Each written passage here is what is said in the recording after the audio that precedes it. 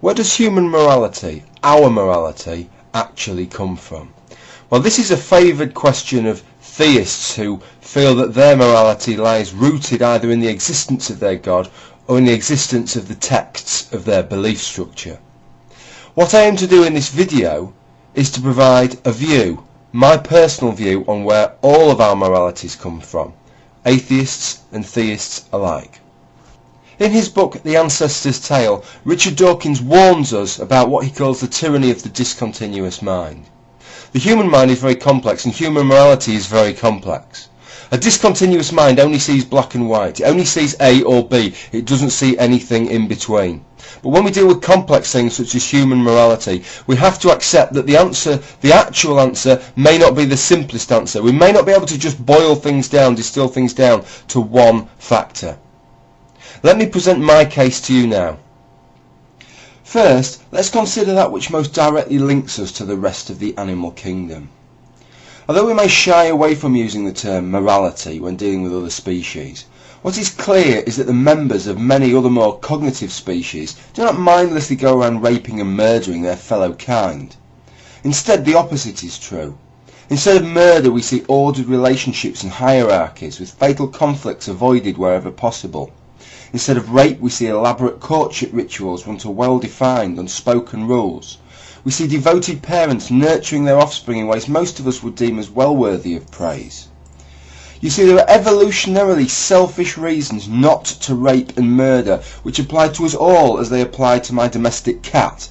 The same goes for nurturing our children, aiding our relatives, and for forming bonds and friendships. In most cases we can make an evolutionary case for what my cat does, and the same case applies just as much to me. So I ask, is it not beyond absurd to assume that all mammals have these instincts and predispositions except one solitary species, Homo sapiens?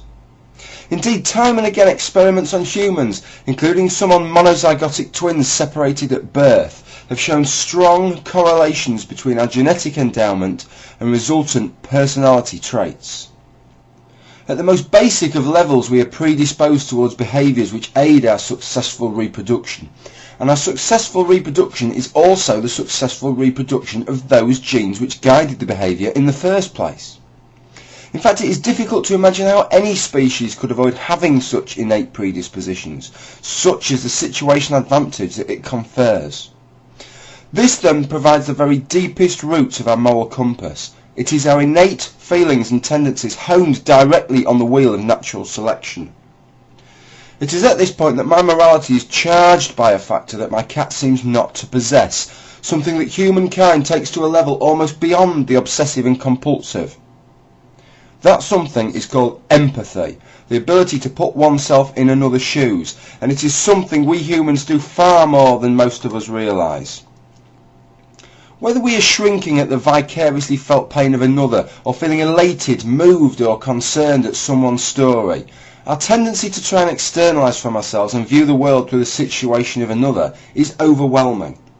Even as I compile this video, I am unavoidably and instinctively imagining how the content may impact on anyone who takes the time to watch it. Clips such as this one typically elicit a very predictable and instinctive response, especially in this case amongst other men who can associate with this poor chap more closely. Give it a few more seconds thought though, and many of us will also have considered how the opponent may have felt having delivered such a blow. This is something we do almost constantly throughout the day, appraising everything we do through the eyes of others and appraising the concerns of others as if they were our own. Clearly, for this to have become such a big part of our mental makeup and such a differentiator between how we work and how my cat works, something very significant must be going on. It is my view that this ability to empathise was and is crucial to the development and continued refinement of our morality. And this is where it really starts to get interesting. Empathy opens the door for sympathy, and with it the ethic of reciprocity. Do unto others as you would have them do unto you.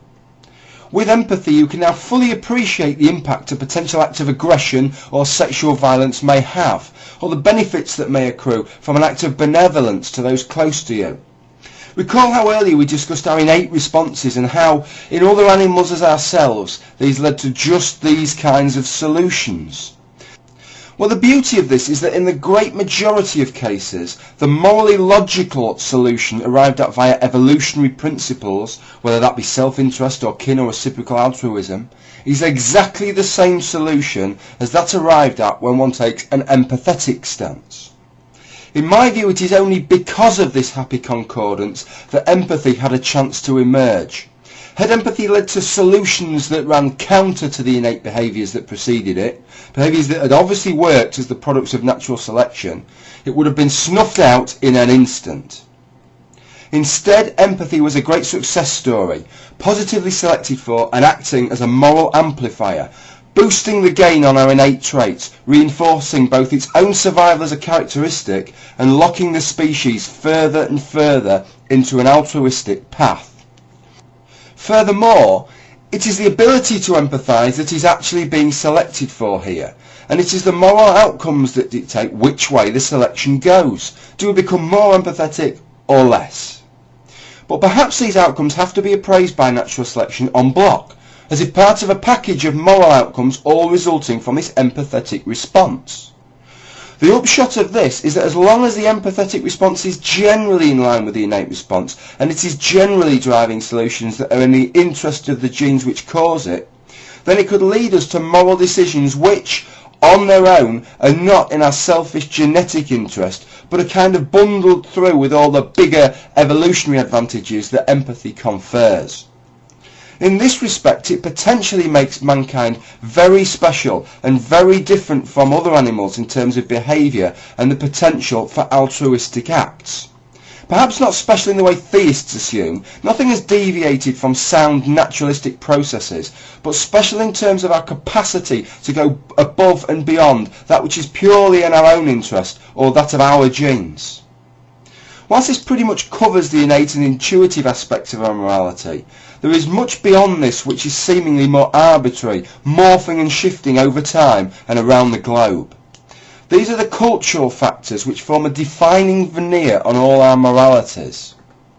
We know from experience that clearly cultural factors can reinforce or counter the evolutionary factors and are driven by complex dynamic social pressures that lie far outside the realm of natural selection.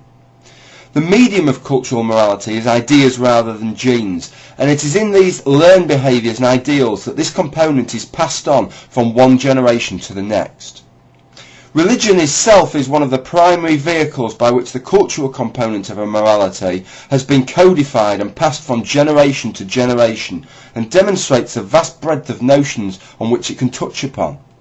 Look within the Abrahamic Ten Commandments and see the full breadth of morality, ranging from that which simply highlights the innate and empathetic, such as the instruction not to murder, through to the utterly arbitrary cultural instruction to keep the Sabbath free.